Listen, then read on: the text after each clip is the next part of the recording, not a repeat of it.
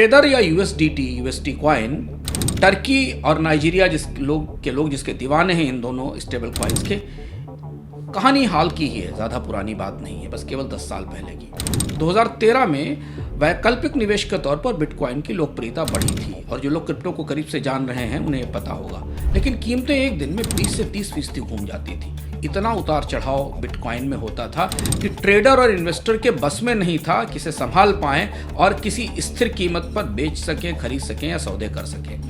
ठीक उसी समय वित्तीय दुनिया एक स्टेबल यानी स्थिर डिजिटल एसेट की बाट जो हो रही थी। रेव कॉलिंस, क्रेग सेलर्स और ब्रॉक पियर्स, ये 3 लोग थे जिन्होंने एक साथ मिलकर कुछ नया करने की तैयारी की।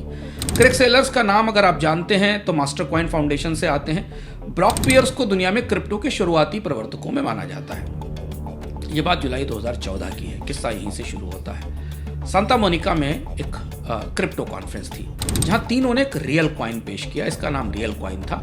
यह पहला स्टेबल कॉइन था जो बिटकॉइन के उतार चढ़ाव के बीच एक स्टेबल डिजिटल एसेट्स की जरूरत पूरी करता था। रियल कॉइन को बिटकॉइन के ब्लॉकचेन ओमनी लेयर प्रोटोकॉल पर बनाया गया था, जिसके जरिए बिटकॉइन के डिजिटल टोकन बिटकॉइन के समानांतर ही पैरेलली ट्रेड होते थे। रियल कॉइन को ब्लॉकचेन की पारदर्शिता और डॉलर जो कि सॉवरेन करेंसी है उसकी जो स्टेबिलिटी, उसकी स्थिरता है, उन दोनों का संयोग बनाने की कोशिश की गई। यह तय हुआ कि एक रियल कॉइन के बदले $1 का रिजर्व तैयार किया जाएगा, यानी अगर आप एक रियल कॉइन देंगे तो आपको $1 अमेरिकी मिलेगा। कुछ वक्त बाद रियल कॉइन का नाम बदलकर टेदर कर दिया गया। यही इसका सही नाम था।